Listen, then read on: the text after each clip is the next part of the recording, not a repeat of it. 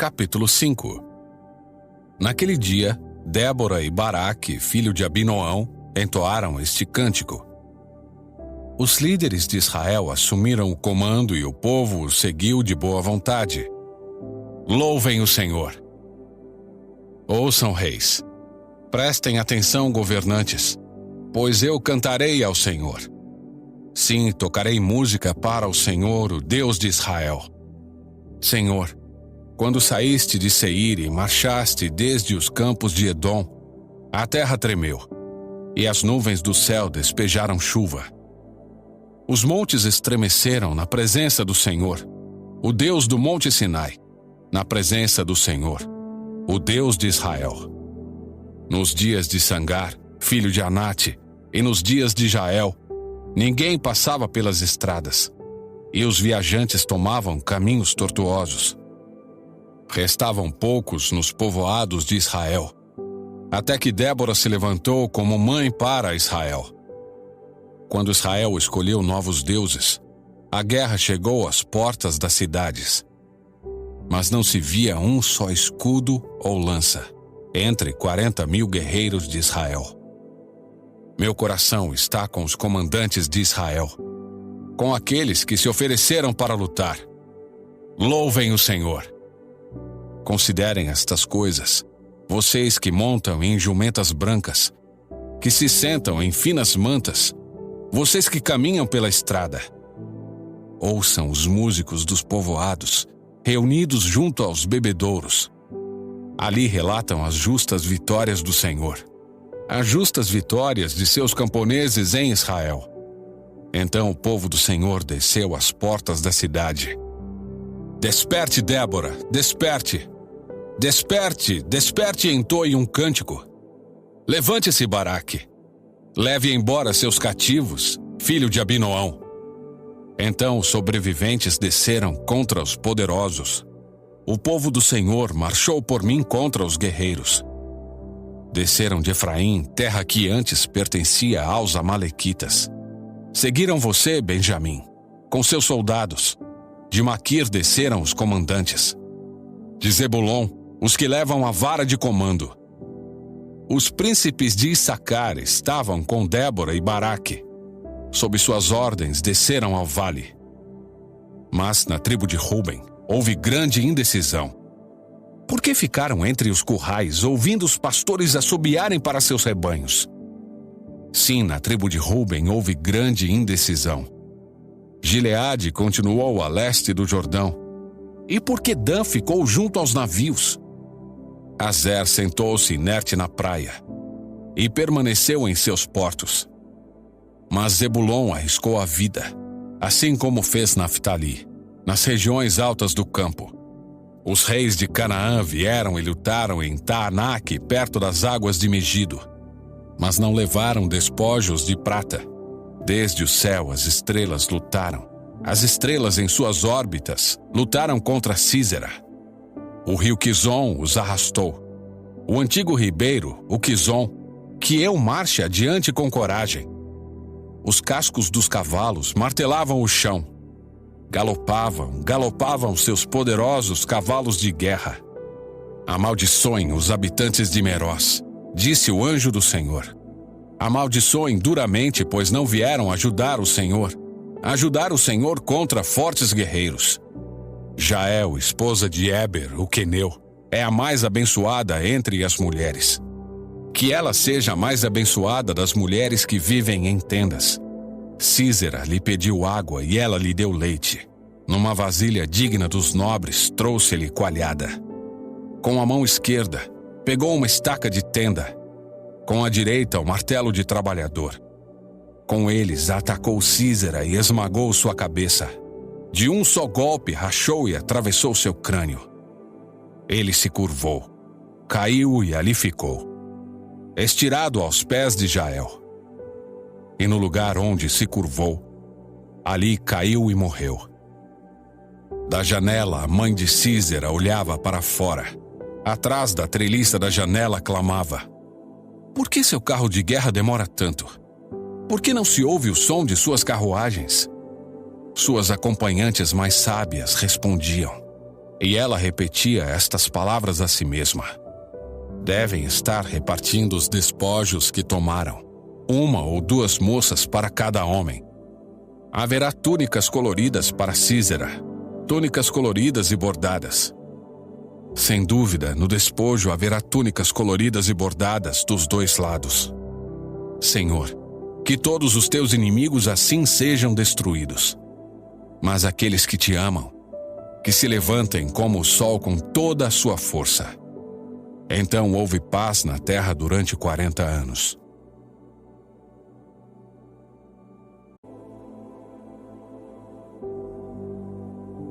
Capítulo 6. Os israelitas fizeram o que era mal aos olhos do Senhor. Por isso, o Senhor os entregou nas mãos dos midianitas durante 7 anos.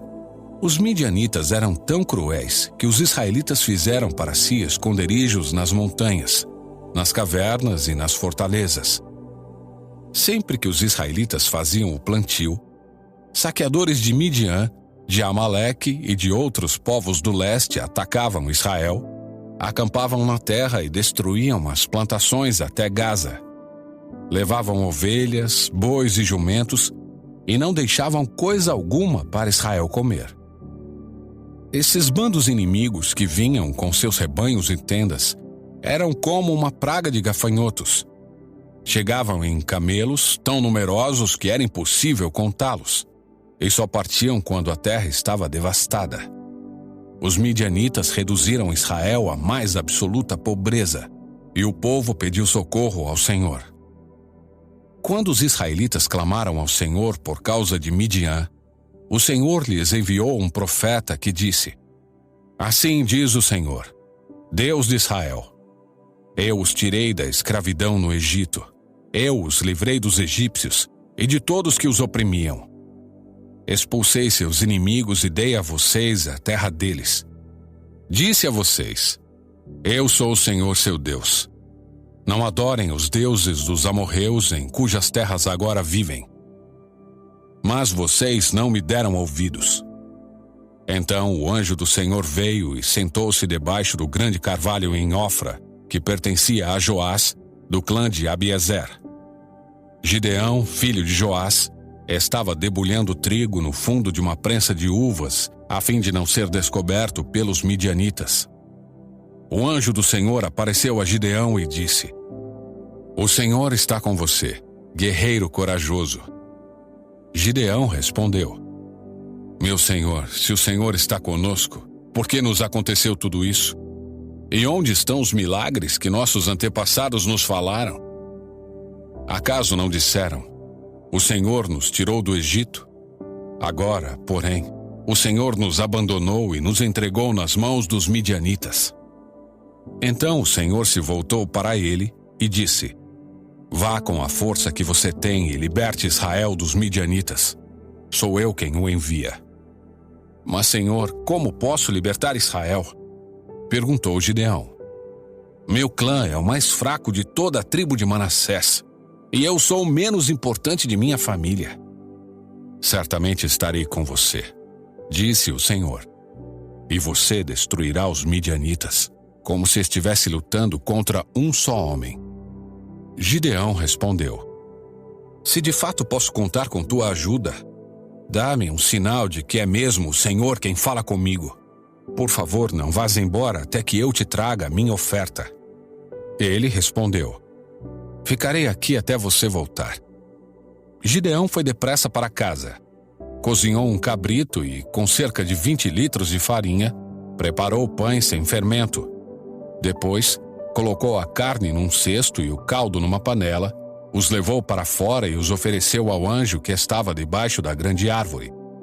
O anjo de Deus lhe disse: coloque a carne e os pães sem fermento sobre esta pedra e derrame neles o caldo.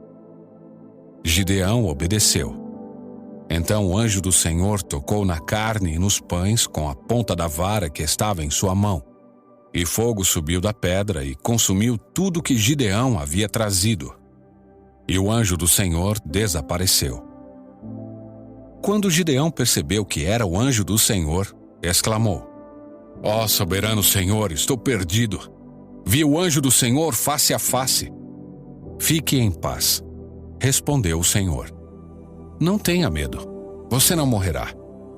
Então Gideão construiu um altar para o Senhor naquele local e o chamou de Javé Shalom. Até hoje o altar está em Ofra, no território do clã de Abiezer. Naquela noite o Senhor disse a Gideão: tome o segundo touro do rebanho de seu pai, aquele de 7 anos. Derrube o altar que seu pai fez para Baal e corte o poste de Azerá que fica ao lado do altar. Depois construa um altar para o Senhor seu Deus, no alto desta colina, arrumando as pedras com cuidado. Sacrifique o touro sobre o altar como holocausto e use como lenha a madeira do poste de Azerá que você cortará. Gideão levou 10 de seus servos e fez o que o Senhor mandou. Porém, fez tudo de noite com medo de sua família e do povo da cidade. Logo cedo no dia seguinte, quando os habitantes da cidade começaram a despertar, alguém descobriu que o altar de Baal havia sido derrubado e que o poste de Azerá ao lado dele tinha sido cortado. Em seu lugar havia um novo altar, sobre o qual estavam os restos do touro sacrificado. Os habitantes perguntaram uns aos outros: quem fez isso? Depois de uma investigação cuidadosa, descobriram que tinha sido Gideão, filho de Joás. Traga seu filho para fora. Os homens da cidade exigiram de Joás. Ele deve morrer, pois derrubou o altar de Baal e cortou o poste de Aserá. Joás, porém, gritou para a multidão que o confrontava: por que vocês defendem Baal? Acaso pretendem salvá-lo? Quem lutar pela causa dele será morto pela manhã. Se Baal é realmente um deus, que ele próprio se defenda e destrua quem derrubou seu altar. Dali em diante, Gideão foi chamado de Jerubaal, isto é, que Baal lute com ele, pois derrubou o altar de Baal. Pouco tempo depois, os exércitos de Midian, de Amaleque e de outros povos do leste se uniram. Eles atravessaram o Jordão e acamparam no vale de Jezreel. Então o Espírito do Senhor veio sobre Gideão, que tocou a trombeta de chifre de carneiro, convocando para a batalha. E os homens do clã de Abiezer o seguiram. Também enviou mensageiros às tribos de Manassés, Azer, Zebulon e Naftali, convocando seus guerreiros, e todos atenderam ao chamado. Então Gideão disse a Deus: se de fato vais me usar para salvar Israel como prometeste, dá-me uma prova da seguinte forma: hoje à noite deixarei um pouco de lã na eira, onde se peneiram os grãos. Se pela manhã a lã estiver molhada de orvalho, mas o chão estiver seco, saberei que vais me ajudar a salvar Israel como prometeste. E foi exatamente o que aconteceu. Na manhã seguinte, bem cedo, Gideão se levantou, espremeu a lã e recolheu uma tigela cheia de água. Então Gideão disse a Deus: peço que não fiques irado comigo, mas que me permitas fazer mais um pedido. Deixa-me usar esta lã para mais uma prova. Desta vez, que a lã fique seca e o chão ao redor dela fique coberto de orvalho. Naquela noite, Deus fez o que Gideão havia pedido. Pela manhã, a lã estava seca, mas o chão estava coberto de orvalho.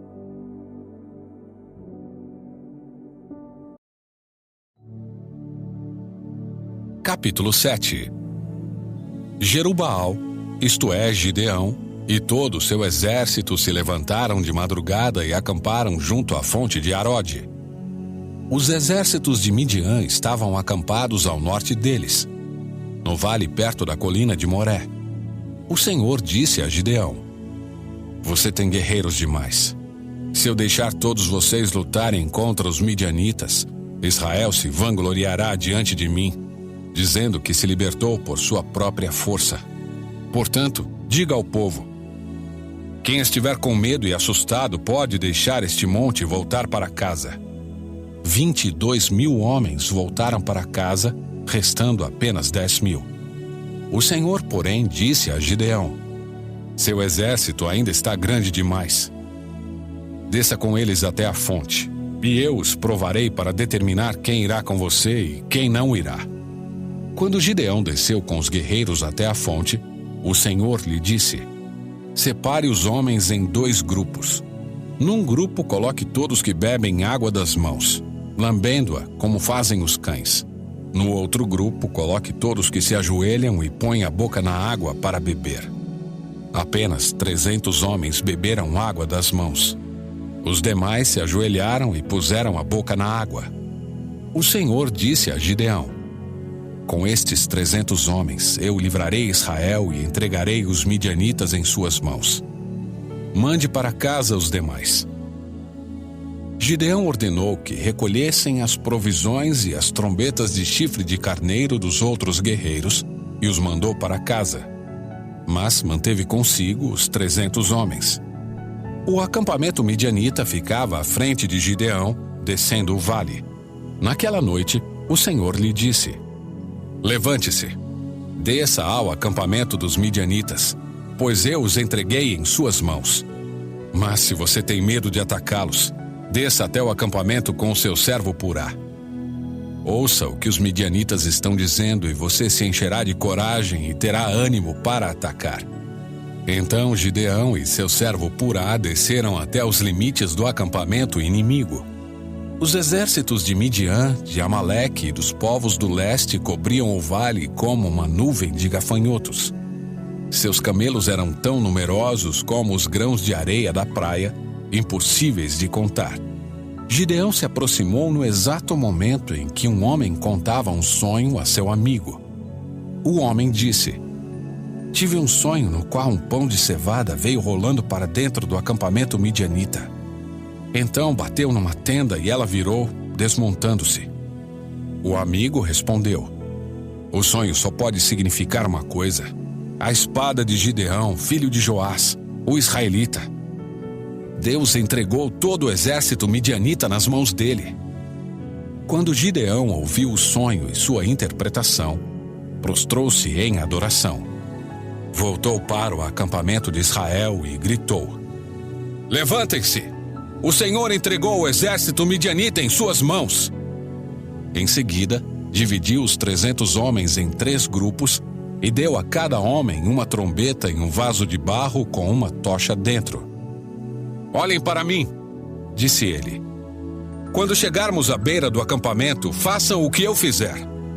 Assim que eu e todos que estiverem comigo tocarmos nossas trombetas, toquem as suas também ao redor de todo o acampamento e gritem: pelo Senhor e por Gideão. Pouco depois da meia-noite da troca da guarda inimiga, Gideão e seus 100 homens chegaram aos limites do acampamento midianita. De repente, tocaram as trombetas e quebraram os vasos de barro. Então os 3 grupos tocaram as trombetas e quebraram os vasos. Segurando a tocha na mão esquerda e a trombeta na direita, todos gritaram: a espada, pelo Senhor e por Gideão. Cada homem manteve sua posição ao redor do acampamento e viu todos os midianitas correrem de um lado para o outro, gritando apavorados enquanto fugiam.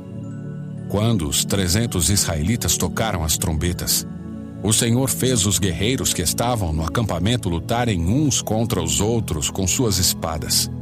Os que sobreviveram fugiram para lugares distantes como Bet-Sita, perto de Zererá, e para a divisa de Abel-Meolá, perto de Tabate. Então Gideão convocou os guerreiros de Naftali, Azer e Manassés, que se juntaram aos demais para perseguir o exército midianita. Gideão também enviou mensageiros a toda a região montanhosa de Efraim, dizendo: desçam e ataquem os midianitas. Não permitam que eles cheguem aos pontos mais rasos de travessia do Jordão em Bet-Bara. Todos os homens de Efraim obedeceram. Capturaram Oreb e Zeeb, os 2 comandantes midianitas, e mataram Oreb na rocha de Oreb e Zeeb na prensa de uvas de Zeeb. Depois, continuaram a perseguir os midianitas. Por fim, levaram a cabeça de Oreb e a de Zeeb para Gideão, que estava do outro lado do Jordão.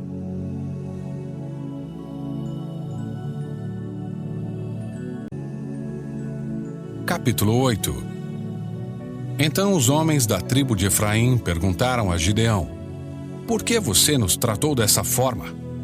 Por que não nos chamou quando foi lutar com os midianitas? E o repreenderam duramente. Gideão, porém, respondeu: o que eu fiz em comparação com vocês?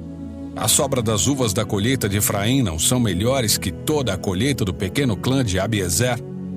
Deus entregou em suas mãos Oreb e Zeebe, os comandantes do exército midianita. O que eu fiz em comparação com isso? Quando ouviram a resposta de Gideão, a indignação dos homens de Efraim diminuiu. Então Gideão atravessou o rio Jordão com os 300 homens e, embora estivessem exaustos, continuaram a perseguir o inimigo. Quando chegaram a Sucote, Gideão pediu ao povo da cidade: por favor, deem um pouco de comida aos meus guerreiros. Eles estão muito cansados. Estou perseguindo Zeba e Zalmuna, reis de Midian. Mas os líderes de Sucote responderam: primeiro capture Zeba e Zalmuna, e então daremos comida ao seu exército. Muito bem, disse Gideão. Depois que o Senhor entregar Zeba e Zalmuna em minhas mãos, voltarei e rasgarei a carne de vocês com espinhos e com espinheiros do deserto. Dali Gideão subiu a Peniel, onde também pediu comida e recebeu a mesma resposta.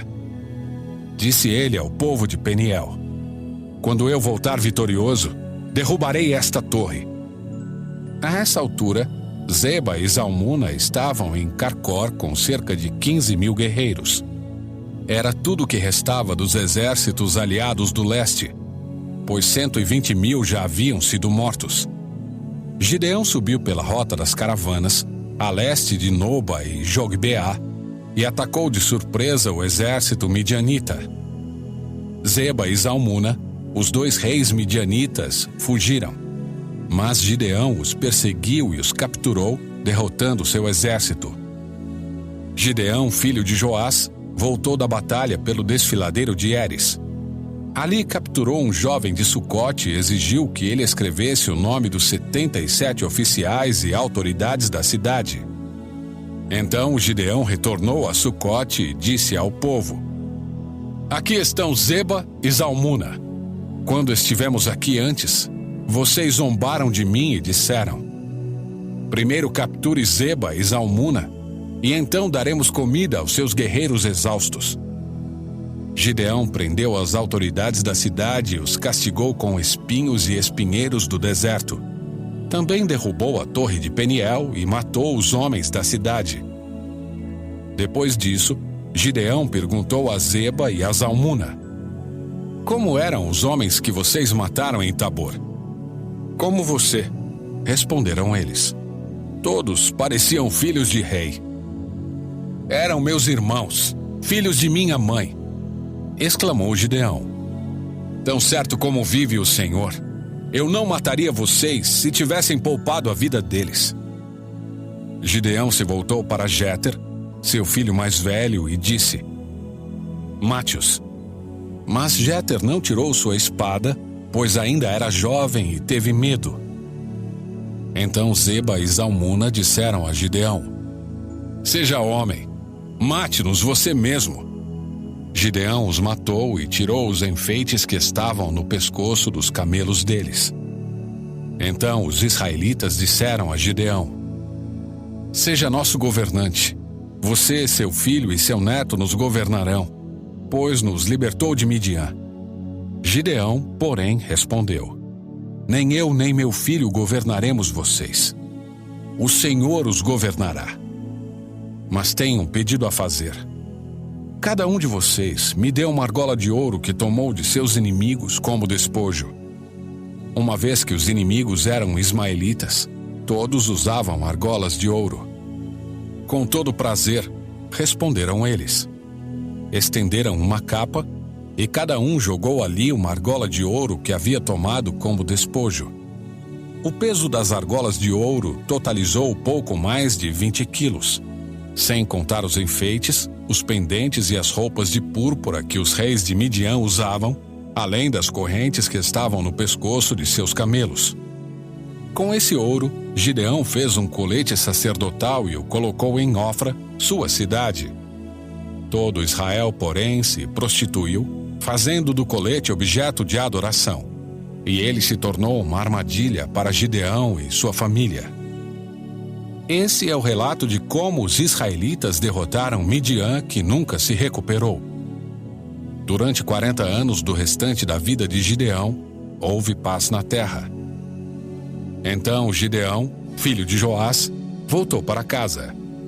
Gerou 70 filhos do sexo masculino, pois teve muitas esposas. Também teve uma concubina em Siquém que deu à luz um filho seu, a quem ele chamou Abimeleque. Gideão, filho de Joás, morreu quando era muito idoso e foi sepultado no túmulo de seu pai Joás, em Ofra, no território do clã de Abiezer. Logo depois da morte de Gideão, os israelitas se prostituíram, adorando imagens de Baal e fazendo de Baal Berite seu Deus. Os israelitas se esqueceram do Senhor seu Deus, que os havia livrado de todos os inimigos em redor. Também não demonstraram lealdade alguma para com a família de Jerubaal, isto é, Gideão, apesar de todo o bem que ele havia feito a Israel.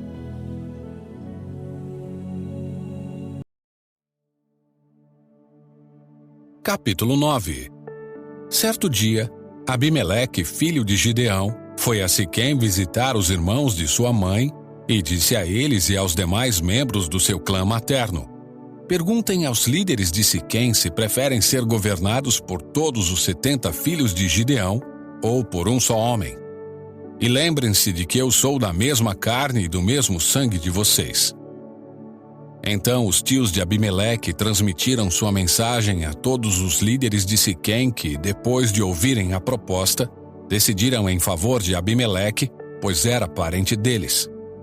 Deram-lhe 70 moedas de prata do templo de Baal-Berite, que ele usou para contratar indivíduos desocupados e desordeiros que concordaram em segui-lo. Ele foi à casa de seu pai em Ofra e ali, sobre uma pedra, matou todos os seus 70 meios-irmãos, os filhos de Gideão, exceto Jotão, o filho mais novo, que fugiu e se escondeu. Então, os líderes de Siquém e Bet-Milo convocaram uma reunião debaixo do carvalho perto da coluna em Siquém e proclamaram Abimeleque rei. Quando Jotão soube disso, subiu ao topo do monte Gerizim e gritou: ouçam-me, cidadãos de Siquém! Ouçam-me, se querem que Deus os ouça. Certa vez as árvores resolveram ungir um rei. Primeiro disseram à oliveira: seja nosso rei. Mas a oliveira se recusou e disse: devo deixar de produzir o óleo que agrada a Deus e às pessoas, só para ser a mais alta das árvores que o vento agita? Então disseram à figueira: seja nosso rei. Mas a figueira também se recusou e disse: devo deixar de produzir meus frutos doces e deliciosos, só para ser a mais alta das árvores que o vento agita? Então disseram à videira: seja nosso rei. Mas a videira também se recusou e disse: devo deixar de produzir o vinho que alegra a Deus e as pessoas, só para ser a mais alta das árvores que o vento agita? Por fim, todas as árvores se voltaram para o espinheiro e disseram: seja nosso rei. E o espinheiro respondeu às árvores: se querem mesmo ungir-me seu rei, venham abrigar-se à minha sombra. Se não, que saia fogo de mim e queime os cedros do Líbano. Jotão prosseguiu: será que vocês de fato agiram de forma honrada e íntegra ao proclamar Abimeleque seu rei? Será que foram justos com Gideão e seus descendentes? Vocês o trataram como ele merece, tendo em vista tudo o que realizou? Meu pai lutou por vocês e arriscou a vida para libertá-los dos midianitas. Mas hoje vocês se rebelaram contra ele e seus descendentes e mataram seus 70 filhos sobre uma pedra. Escolheram Abimeleque, filho da escrava dele, para ser rei só porque ele é seu parente. Se hoje agiram de forma honrada e íntegra com Gideão e seus descendentes, então que sejam felizes com Abimeleque, e que ele seja feliz com vocês. Mas se não o fizeram, então que saia fogo de Abimeleque e queime os líderes de Siquém e Bet-Milo. E saia fogo dos líderes de Siquém e Bet-Milo e queime Abimeleque. Então Jotão fugiu e foi morar em Beer, pois tinha medo de seu irmão Abimeleque. Depois que Abimeleque havia governado Israel por 3 anos, Deus enviou um espírito que gerou discórdia entre Abimeleque e os líderes de Siquém, que se rebelaram. Foi um castigo para Abimeleque por ele ter assassinado os 70 filhos de Gideão e para os líderes de Siquém por terem apoiado Abimeleque no assassinato de seus irmãos. Os líderes de Siquém prepararam uma emboscada para Abimeleque no alto dos montes e assaltavam todos os que passavam por ali. Contudo, alguém alertou Abimeleque sobre essa conspiração. Nessa época, Gaal, filho de Ebed, se mudou para Siquém com seus irmãos e ganhou a confiança dos líderes da cidade. Depois de irem ao campo, colherem as uvas e pisarem nelas, realizaram uma festa da colheita no templo do deus local. Foi servido vinho à vontade e todos começaram a amaldiçoar Abimeleque. Quem é Abimeleque? Disse em alta voz Gaal, filho de Ebed. Se não é um verdadeiro filho de Siquém, por que devemos servi-lo? É apenas filho de Gideão, e esse Zebul é apenas seu ajudante. Sirvam os verdadeiros filhos de Amor, o fundador de Siquém. Por que devemos servir a Abimeleque? Se eu estivesse no comando, me livraria de Abimeleque. Diria a ele: convoque seus soldados e venha lutar. Mas, quando Zebul, que governava a cidade, tomou conhecimento das palavras de Gaal, ficou furioso. Enviou mensageiros a Abimeleque em Arumá para lhe dizer: Gaal, filho de Ebed, e seus irmãos se mudaram para Siquém e estão instigando a cidade a se rebelar contra você. Venha de noite com seu exército e esconda-se nos campos. Pela manhã, assim que o sol nascer, ataque a cidade. Quando Gaal e aqueles que o acompanham saírem para lutar contra você, faça com eles o que desejar. Então Abimeleque e todos os seus homens saíram de noite, dividiram-se em 4 grupos e armaram uma emboscada ao redor de Siquém. Gaal, filho de Ebed, estava à porta da cidade quando Abimeleque e seu exército saíram de seus esconderijos. Quando Gaal os viu, disse a Zebul: Olhe, há pessoas descendo do alto das colinas. Zebul respondeu: São apenas as sombras dos montes que se parecem com homens. Mas Gaal insistiu: Não, são pessoas descendo das colinas. E outro grupo vem pela estrada que passa pelo carvalho dos adivinhos.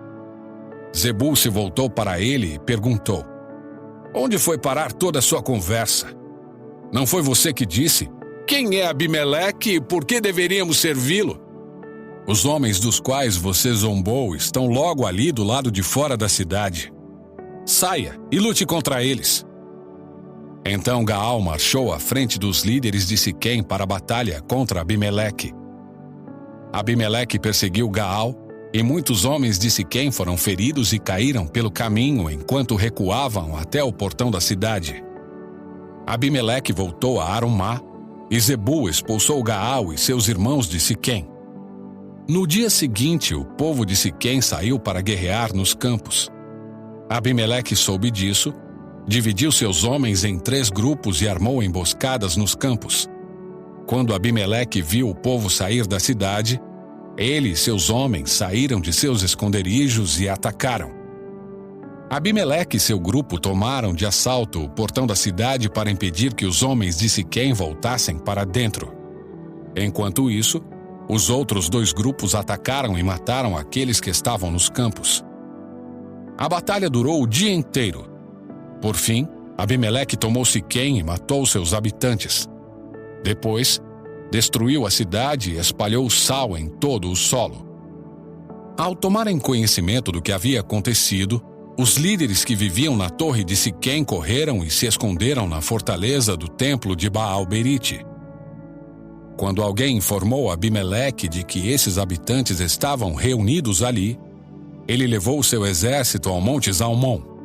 Pegou um machado, cortou alguns galhos de uma árvore e os pôs sobre os ombros. "Rápido, façam como eu", disse a seus homens. Assim, cada um cortou alguns galhos e fez como Abimeleque. Então amontoaram os galhos junto às paredes do templo e puseram fogo. Todos que viviam na torre de Siquém morreram, cerca de 1.000 homens e mulheres. Em seguida, Abimeleque atacou a cidade de Tebes e a conquistou. No meio da cidade, porém, havia uma torre forte e toda a população, homens e mulheres, fugiu para lá. Trancaram-se por dentro e subiram até o terraço. Abimeleque foi até a torre e a atacou. Mas, quando se preparava para incendiar a entrada da torre, uma mulher que estava no terraço jogou na cabeça de Abimeleque uma pedra de moinho que rachou seu crânio. Sem demora, ele disse a seu jovem escudeiro: "Tire a espada e mate-me. Assim ninguém dirá que uma mulher matou Abimeleque." O jovem o atravessou com sua espada e ele morreu. Quando os israelitas viram que Abimeleque estava morto, debandaram e voltaram para casa. Desse modo, Deus castigou Abimeleque pelo mal que ele havia feito a seu pai, matando os 70 irmãos. Deus também castigou os homens de Siquém por toda a sua maldade.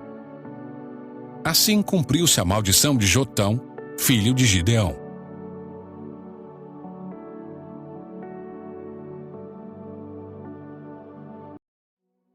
Capítulo 10. Depois da morte de Abimeleque, Tolá, filho de Puá, filho de Dodô, foi o próximo libertador de Israel. Era da tribo de Issacar, mas morava na cidade de Samir, na região montanhosa de Efraim. Julgou Israel por 23 anos. Quando morreu, foi sepultado em Samir. Depois que Tolá morreu, Jair de Gileade julgou Israel por 22 anos. Seus 30 filhos montavam 30 jumentos e possuíam na terra de Gileade 30 cidades, que até hoje são chamadas de cidades de Jair. Quando morreu, foi sepultado em Camon. Mais uma vez, os israelitas fizeram o que era mal aos olhos do Senhor. Serviram às imagens de Baal e Astarote e aos deuses da Síria, de Sidom, Moabe, Amon e da Filístia. Abandonaram o Senhor e deixaram de servi-lo. Então a ira do Senhor se acendeu contra Israel, e ele os entregou nas mãos dos filisteus e dos amonitas, que começaram a oprimi-los cruelmente naquele mesmo ano. Durante 18 anos, oprimiram todos os israelitas a leste do Jordão na terra dos amorreus, isto é, em Gileade. Os amonitas também atravessaram para o lado oeste do Jordão e atacaram as tribos de Judá, Benjamim e Efraim. Os israelitas ficaram muito angustiados e, por fim, pediram socorro ao Senhor. "Pecamos contra ti", disseram, "pois abandonamos nosso Deus e servimos as imagens de Baal." O Senhor respondeu: "Acaso não os livrei dos egípcios, dos amorreus, dos amonitas, dos filisteus, dos sidônios, dos amalequitas e dos maonitas? Quando eles os oprimiram, vocês me pediram socorro e eu os livrei. E, no entanto, vocês me abandonaram e serviram a outros deuses. Por isso, não os livrarei mais. Vão e clamem aos deuses que vocês escolheram. Que eles os livrem neste momento de angústia." Mas os israelitas suplicaram ao Senhor: "Sim, pecamos. Castiga-nos como te parecer melhor, mas livra-nos hoje de nossos inimigos." Então eles se desfizeram dos deuses estrangeiros e serviram ao Senhor. E ele teve compaixão deles por causa de seu sofrimento.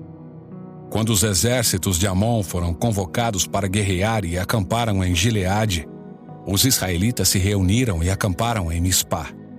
Os líderes de Gileade disseram uns aos outros: "O primeiro que atacar os amonitas governará todo o povo de Gileade."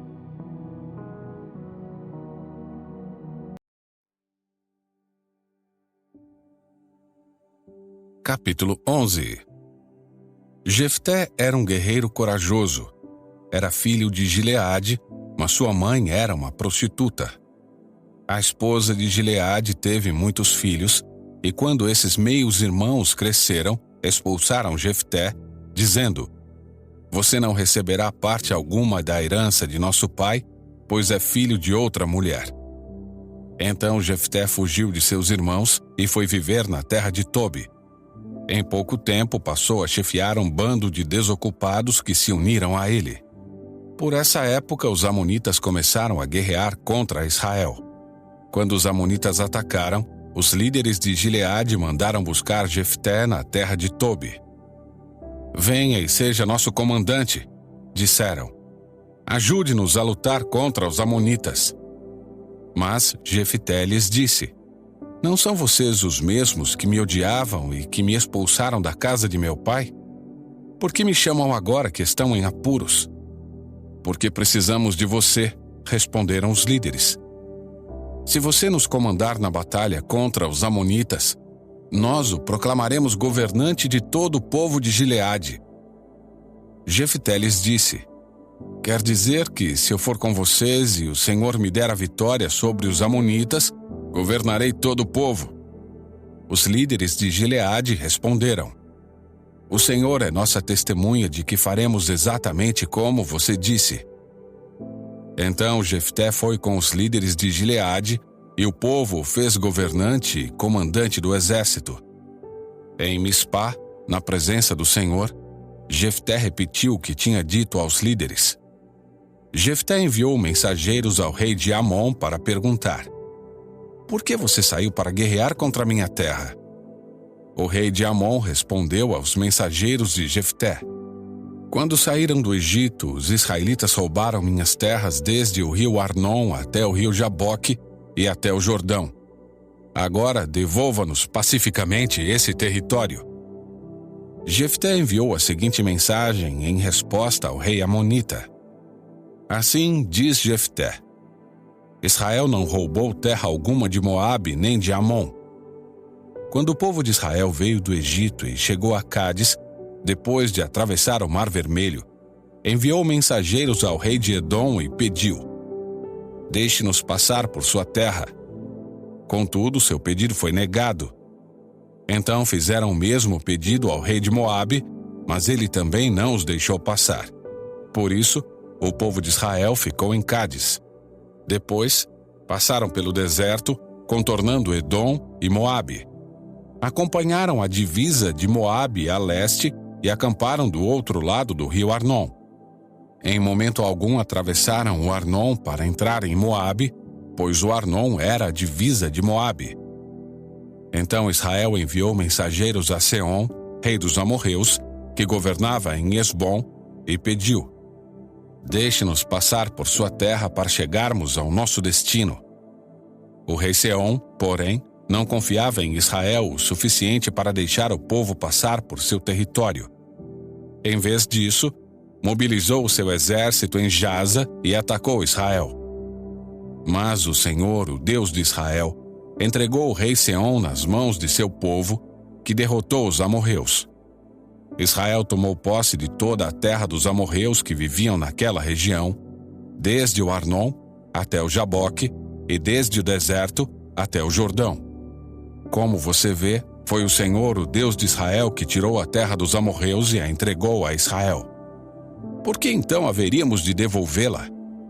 Fique com o que o seu Deus Camus lhe der, e nós ficaremos com o que o Senhor, nosso Deus, nos der. Acaso você é melhor que Balaque, filho de Zippor, rei de Moabe? Ele tentou disputar esses territórios com Israel? Entrou em guerra contra os israelitas? Israel vive aqui há 300 anos. Habita em Esbom e nos povoados ao redor, até Aroer e seus povoados, e todas as cidades às margens do rio Arnon. Por que até agora vocês não fizeram esforço algum para reaver esse território? Portanto, não pequei contra você. Pelo contrário, você fez mal ao me atacar. Que o Senhor, o juiz, decida hoje qual de nós está certo, Israel ou Amon. Mas o rei de Amon não deu atenção à mensagem de Jefté. Então o Espírito do Senhor veio sobre Jefté. Ele atravessou o território de Gileade e Manassés, incluindo Mispá em Gileade, e dali avançou contra os amonitas. Jefté fez um voto ao Senhor: se entregares os amonitas em minhas mãos, darei ao Senhor o que sair primeiro de minha casa quando eu regressar vitorioso. Eu o oferecerei como holocausto. Jefté saiu com seu exército para combater os amonitas, e o Senhor os entregou em suas mãos. Ele aniquilou os amonitas e destruiu 20 cidades, desde Aroer até os arredores de Minite, chegando até Abel-Queramim. Assim, os israelitas derrotaram os amonitas. Quando Jefté voltou para casa em Mispá, sua filha saiu ao seu encontro, tocando tamborim e dançando. Era sua única filha. Ele não tinha nenhum outro filho nem filha. Quando Jefté a viu, rasgou as próprias roupas e gritou: "Ah, minha filha, você acabou comigo. Trouxe desgraça sobre mim. Fiz um voto ao Senhor e não posso voltar atrás." Ela disse: "Pai, se fez um voto ao Senhor, faça comigo o que prometeu, pois o Senhor lhe deu grande vitória sobre seus inimigos, os amonitas. Mas primeiro permita que eu ande pelos montes e chore com minhas amigas por 2 meses, pois morrerei virgem." "Pode ir", disse Jefté, e deixou que ela se ausentasse por 2 meses. Ela e suas amigas foram para os montes e lamentaram, pois ela jamais teria filhos. Quando ela voltou para casa, seu pai cumpriu o voto que havia feito, e ela morreu sem ter tido relações com homem algum. Por isso, tornou-se costume em Israel as moças israelitas saírem por 4 dias todos os anos para lamentar o destino da filha de Jefté, de Gileade.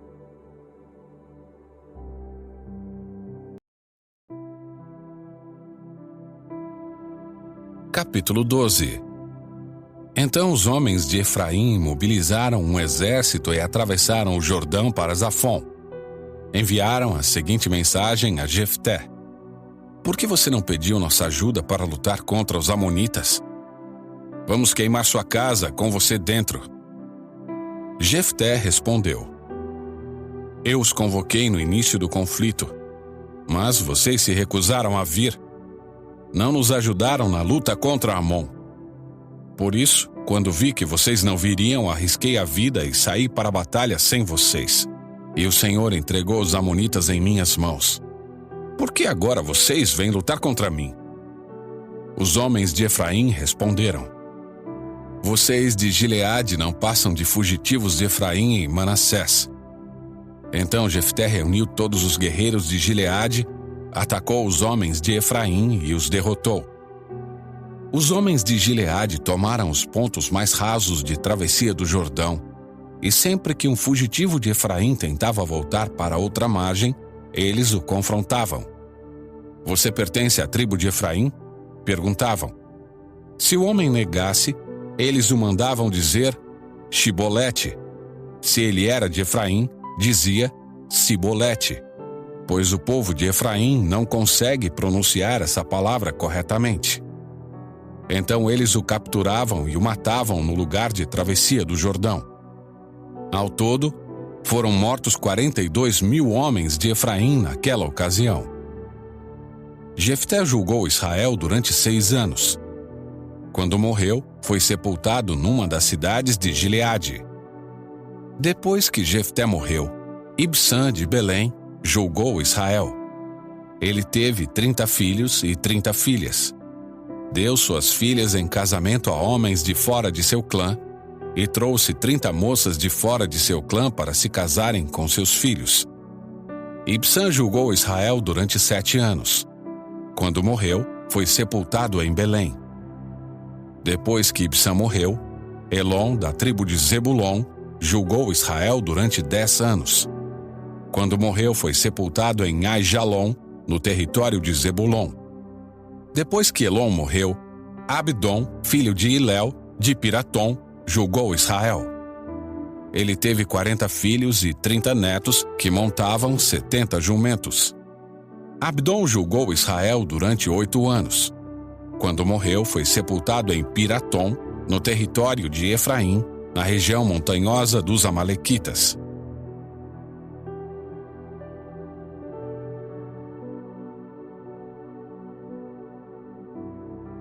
Capítulo 13. Mais uma vez, os israelitas fizeram o que era mal aos olhos do Senhor. Por isso, o Senhor os entregou nas mãos dos filisteus, que os oprimiram durante 40 anos. Naqueles dias, um homem chamado Manoá, da tribo de Dan, vivia na cidade de Zorá. Sua esposa era estéril e eles não tinham filhos. O anjo do Senhor apareceu à esposa de Manoá e disse: Embora você não tenha conseguido ter filhos até agora, ficará grávida e dará à luz um filho. Portanto, tenha cuidado. Não beba vinho e nenhuma outra bebida fermentada, nem coma nenhum alimento que seja impuro. Você ficará grávida e dará à luz um filho, do qual jamais cortará o cabelo, porque ele será consagrado a Deus como nazireu desde o nascimento. Ele começará a libertar Israel das mãos dos filisteus. A mulher foi correndo contar ao marido. Um homem de Deus apareceu para mim. Era como um dos anjos de Deus e sua aparência era assustadora. Não perguntei de onde era e ele não me disse seu nome. Mas ele me disse: Você ficará grávida e dará à luz um filho. Não beba vinho e nenhuma outra bebida fermentada, nem coma nenhum alimento que seja impuro. Seu filho será consagrado a Deus como nazireu, desde o nascimento até o dia de sua morte. Então Manoá orou ao Senhor: Senhor, eu peço que o homem de Deus que enviaste volte e nos dê mais instruções a respeito desse filho que vai nascer. Deus atendeu a oração de Manoá. E o anjo de Deus apareceu outra vez à esposa quando ela estava sentada no campo. Seu marido Manoá não estava com ela. Então ela foi correndo contar ao marido: O homem que apareceu outro dia está aqui de novo. Manoá voltou depressa com sua esposa e perguntou: O senhor é o homem que falou com minha esposa outro dia? Sim, sou eu, respondeu ele. Então Manoá perguntou: Quando suas palavras se cumprirem, como devemos criar um menino? Qual será o trabalho dele? O anjo do Senhor respondeu: Sua esposa deverá seguir as instruções que lhe dei. Ela não deve comer uvas nem passas, não deve beber vinho e nenhuma outra bebida fermentada, nem deve comer nenhum alimento que seja impuro. Ela deverá fazer tudo o que ordenei. Manoá disse ao anjo do Senhor: Por favor, fique aqui até prepararmos um cabrito para o Senhor. Está bem, só que não comerei nada, respondeu o anjo do Senhor. Mas você pode preparar um holocausto como sacrifício ao Senhor. Manoá ainda não havia percebido que era o anjo do Senhor. Manoá perguntou ao anjo do Senhor: Qual é seu nome? Queremos lhe prestar homenagem quando isso tudo se cumprir. Por que quer saber meu nome? Disse o anjo do Senhor. Ele é tão maravilhoso que você não conseguiria entender. Então Manoá tomou um cabrito e uma oferta de cereal e os apresentou sobre uma rocha como sacrifício ao Senhor. Enquanto Manoá e sua esposa observavam, o Senhor fez algo extraordinário. Quando as chamas do altar subiram ao céu, o anjo do Senhor subiu nas chamas. Ao verem isso, Manoá e sua esposa se curvaram com o rosto no chão. O anjo do Senhor não voltou a aparecer a Manoá e sua esposa.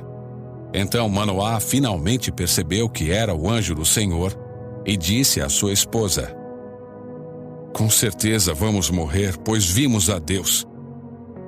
Sua esposa, porém, disse: Se o Senhor quisesse nos matar, não teria aceitado o holocausto e a oferta de cereal. Não teria aparecido a nós, nem nos teria revelado essas coisas maravilhosas. Quando o menino nasceu, ela o chamou de Sansão. O Senhor o abençoou enquanto ele crescia, e o Espírito do Senhor começou a agir nele quando ele morava em Maané-Dan, entre Zorá e Estaol.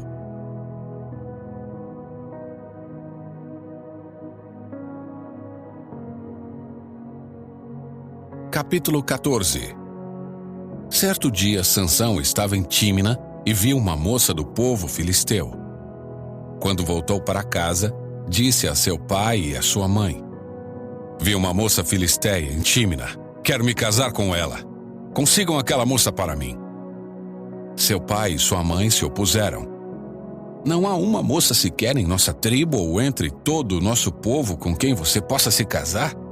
Por que tem de procurar uma esposa entre os filisteus pagãos? Mas Sansão disse a seu pai: Consiga a moça para mim, é ela que eu quero. Seus pais não sabiam que o Senhor estava agindo no meio disso tudo, para criar uma oportunidade de agir contra os filisteus que, na época, dominavam Israel. Quando Sansão e seus pais estavam descendo a Tímina, de repente um jovem leão atacou Sansão perto dos vinhedos de Tímina. Naquele momento, o Espírito do Senhor veio sobre Sansão com tamanho poder que ele rasgou o animal pelas mandíbulas, usando as próprias mãos, com a mesma facilidade que se despedaça um cabrito. Contudo, não contou a seus pais o que havia acontecido. Quando chegou a Tímina, conversou com a moça e se agradou muito dela. Algum tempo depois, quando voltou a Tímina para o casamento, saiu do caminho para ver o cadáver do leão. Descobriu que um enxame de abelhas havia feito mel dentro da carcaça. Pegou um pouco de mel com as mãos e foi comendo pelo caminho. Também deu um pouco a seu pai e a sua mãe. E eles comeram. Mas Sansão não lhes contou que havia tirado o mel da carcaça do leão. Enquanto seu pai estava em Tímina para o casamento, Sansão ofereceu uma festa ali, como era costume entre os noivos. Quando os pais da noiva o viram, escolheram 30 rapazes da cidade para o acompanharem na festa. Sansão lhes disse: Vou lhes propor um enigma. Se conseguirem decifrá-lo durante estes 7 dias de celebração, darei a vocês 30 camisas de linho fino e 30 conjuntos de roupa. Mas se não conseguirem decifrá-lo, vocês me darão 30 camisas de linho fino e 30 conjuntos de roupa. Está bem, concordaram eles. Proponha seu enigma. Ele disse: Do que come, veio algo para comer. Do que é forte, veio algo doce.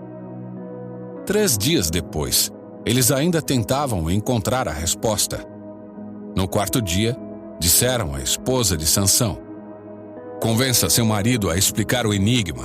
Caso contrário, queimaremos vivos você e sua família. Você nos convidou à festa só para nos deixar pobres?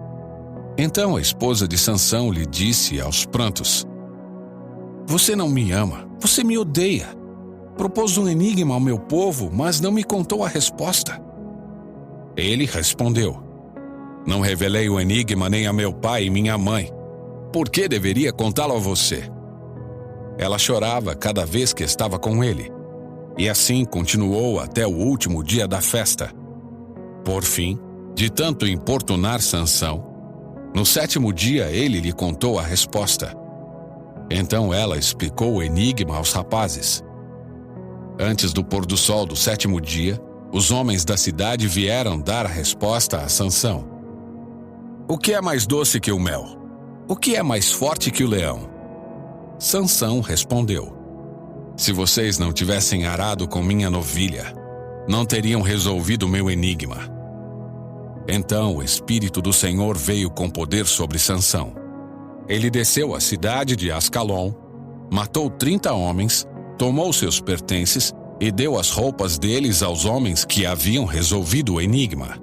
Contudo, ficou furioso com o que tinha acontecido e voltou a morar na casa de seus pais. A noiva de Sansão foi dada como esposa ao rapaz que o havia acompanhado na cerimônia.